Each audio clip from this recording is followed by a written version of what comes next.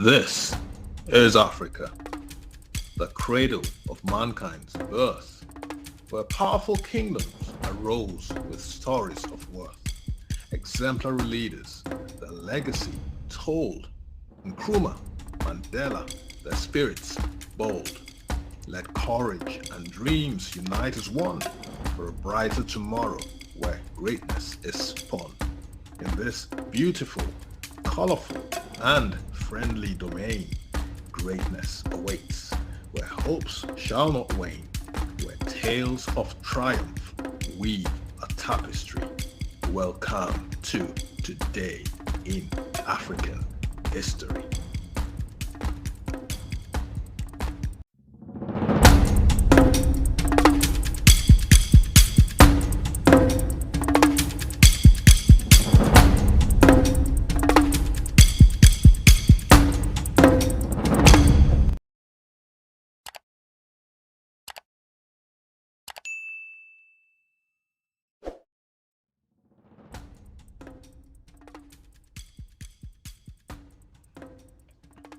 Pictured here is Ella Josephine Baker, who was born on this day, December 13th, 1903, and sadly passed on also on this day, December 13th. The year was 1986. She was an African-American civil rights and human rights activist.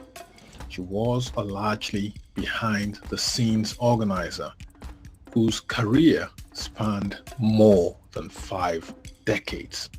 In New York City and the South, she worked alongside some of the most noted civil rights leaders of the 20th century, including W.E.B. Du Bois, Thurgood Marshall, A. Philip Randolph, and Martin Luther King Jr. She also mentored many emerging activists such as Diane Nash, Stokely Carmichael, and Bob Moses as leaders in the Student Nonviolent Coordinating Committee, the SNCC. Baker criticized professionalized, charismatic leadership. She promoted grassroots organizing, radical democracy, and the ability of the oppressed to understand their worlds and advocate for themselves. She realized this vision most fully in the 1960s as the primary advisor and strategist of the SNCC. Biographer Barbara Ransby calls Baker one of the most important American leaders of the 20th century and perhaps the most influential woman in the civil rights movement. She is known for her critiques of both racism in American culture and sexism in the civil rights movement. Ella Josephine Baker was born December 13, 1903 in Norfolk, Virginia, United States of America, to Georgiana and Blake Baker, and first raised there. She was the second of 3 surviving children, bracketed by the older brother Blake Curtis and younger sister Maggie. Her father worked on a steamship line that sailed out of Norfolk and so was often away. Her mother took in boarders to earn extra money. In 1910, Norfolk had a race riot in which whites attacked black workers from the shipyard. Her mother decided to take the family back to North Carolina while their father continued to work for the steamship company. Ella was 7 when they returned to her mother's rural hometown near Littleton, North Carolina. As a child, Baker grew up with little influence. Her grandfather, Mitchell, had died, and her father's parents lived a day's ride away. She often listened to her grandmother, Josephine Elizabeth Ross, tell stories about slavery and leaving the South to escape its oppressive society. At an early age, Baker gained a sense of social injustice as she listened to her grandmother's horror stories of life as an enslaved person. Her grandmother was beaten and whipped for refusing to marry an enslaved man her owner chose. and told Ella other stories of life as an African American woman during this period. Giving her granddaughter context to the African American experience helped Baker understand the injustices Black people still faced. Ella attended Shaw University in Raleigh, North Carolina, and graduated with valedictorian honors. Decades later, she returned to Shaw to help found SNCC. Baker worked as editorial assistant at the Negro National News. In 1930, George Schuler, a Black journalist and anarchist, and later an arch-conservative, founded the Young Negroes Cooperative League, the YNCL. It sought to develop Black economic power through collective networks. They conducted conferences and trainings in the 1930s in their attempt to create a small interlocking system of cooperative economic societies throughout the United States for Black economic development. Having befriended Schuler, Baker joined his group in 1931 and soon became its national director. Baker also worked for the Workers' Education Project of the Works Progress Administration, established under President Franklin D. Roosevelt's New Deal. Baker taught courses on consumer education, labor history, and African history. She immersed herself in the cultural and political milieu of Harlem in the 1930s, protesting Italy's invasion of Ethiopia and supporting the campaign to free the Scottsboro defendants in Alabama. She also founded the Negro History Club at the Harlem Library and regularly attended lectures and meetings at the YWCA. During this time, Baker lived with and married her college sweetheart, T.J. Roberts. They divorced in 1958. Baker rarely discussed her private life or marital status. According to fellow activist Bernie Johnson, Reagan, many women in the civil rights movement followed Baker's example, adopting a practice of dissemblance about the private lives that allowed them to be accepted as individuals in the movement. Baker befriended John Henrik Clark, a future scholar and activist, Polly Murray, a future writer and civil rights lawyer, and others who became lifelong friends. The Harlem Renaissance influenced her thoughts and teachings. She advocated widespread local action as a means of social change. Her emphasis on a grassroots approach to the struggle for equal rights influenced the growth and success of the civil rights movement of the mid-20th century. In 1938, Baker began her long association with the National Association for the Advancement of Colored People, the NAACP, then based in New York City. In December 1940, she started work there as a secretary. She traveled widely for the organization, especially in the South, recruiting members, raising money, and organizing local chapters.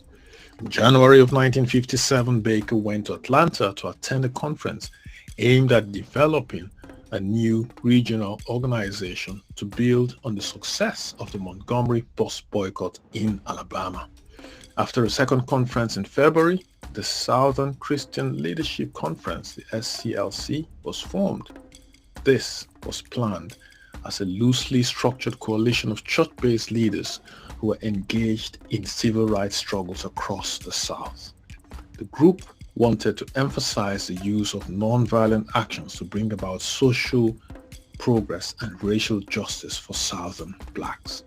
They intended to rely on the existing black churches at the heart of their communities as a base of its support. Its strength would be built on the political activities of local church affiliates.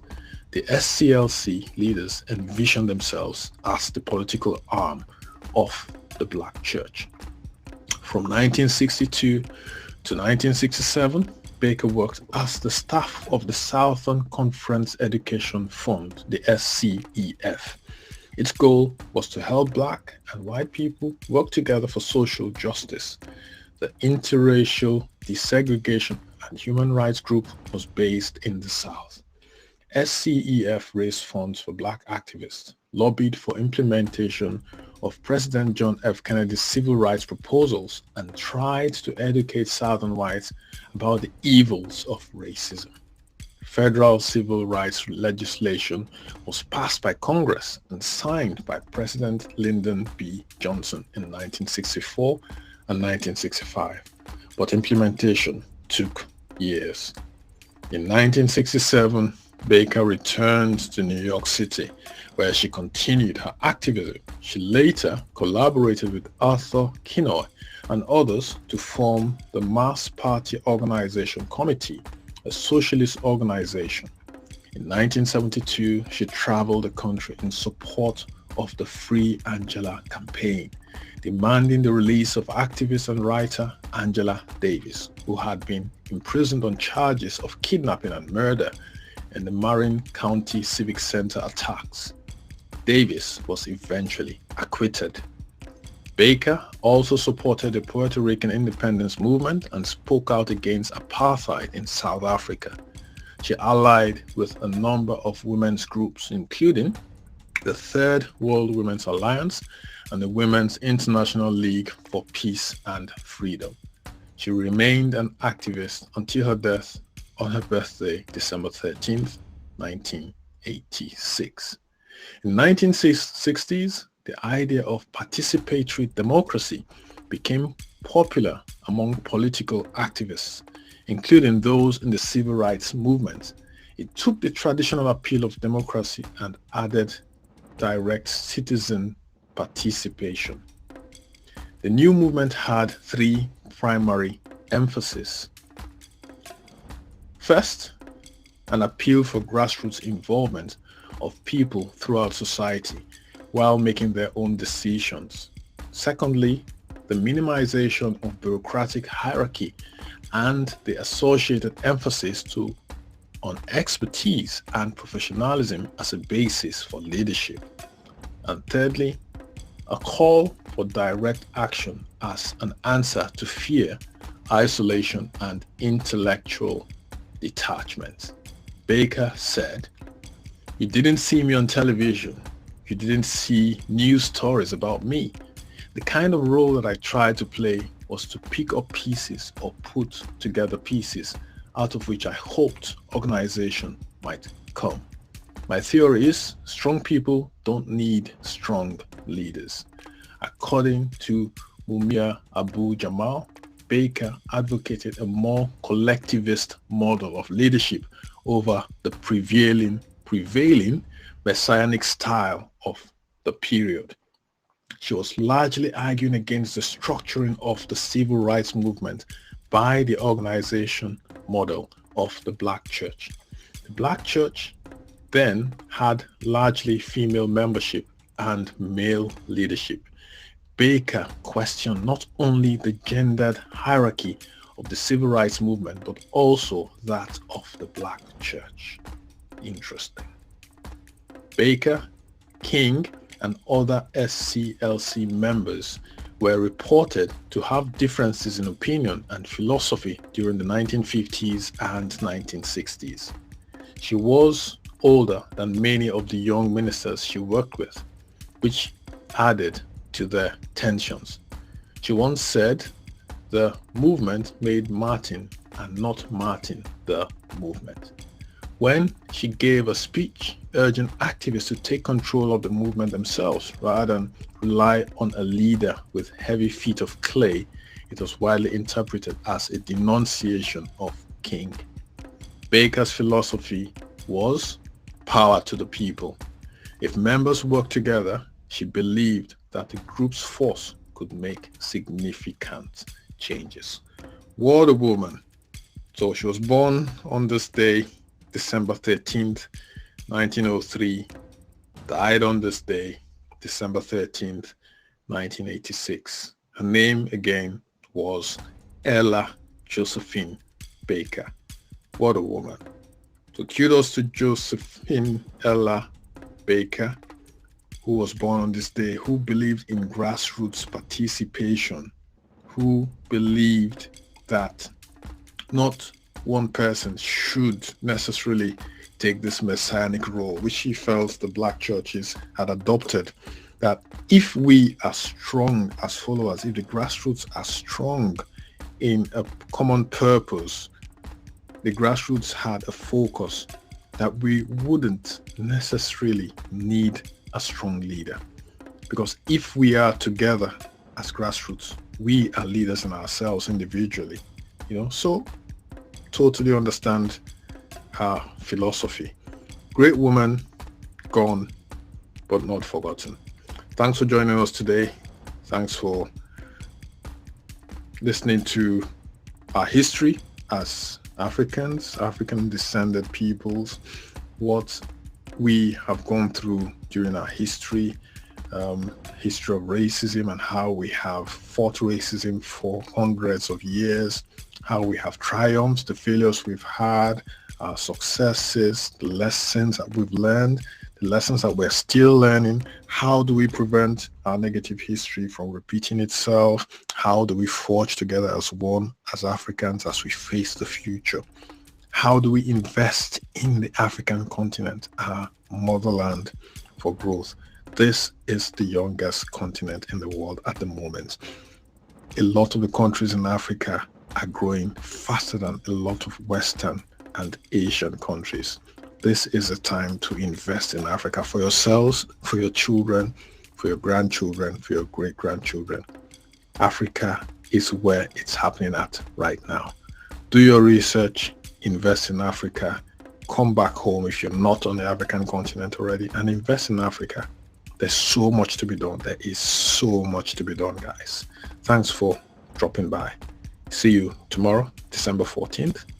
Like, share, subscribe. Bye-bye.